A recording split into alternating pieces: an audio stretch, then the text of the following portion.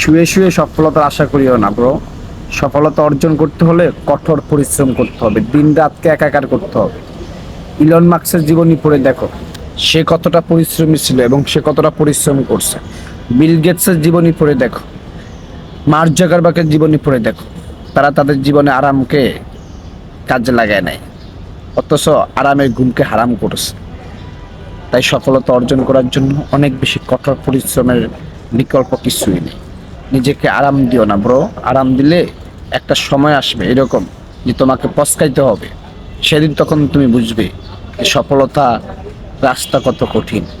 সময় থাকতে সময়ের সঠিক মূল্য দাও ব্রো, আর না হয় সময় একদিন তোমাকে 12টা বাজিয়ে দিবে। তাই আমি বলি, সফলতা অর্জন করার জন্য 3টা জিনিস করো। নাম্বার 1, লক্ষ্য নির্ধারণ করো। নাম্বার 2, ওই লক্ষ্যে কিভাবে পৌঁছাবা প্ল্যান করো। নাম্বার 3, টেক অ্যাকশন, অ্যাকশনে নেমে যাও। দেন কাজ শুরু করো, আরামের ঘুমকে হারাম করো। এভাবে বসে থাকলে হবে না ব্রো।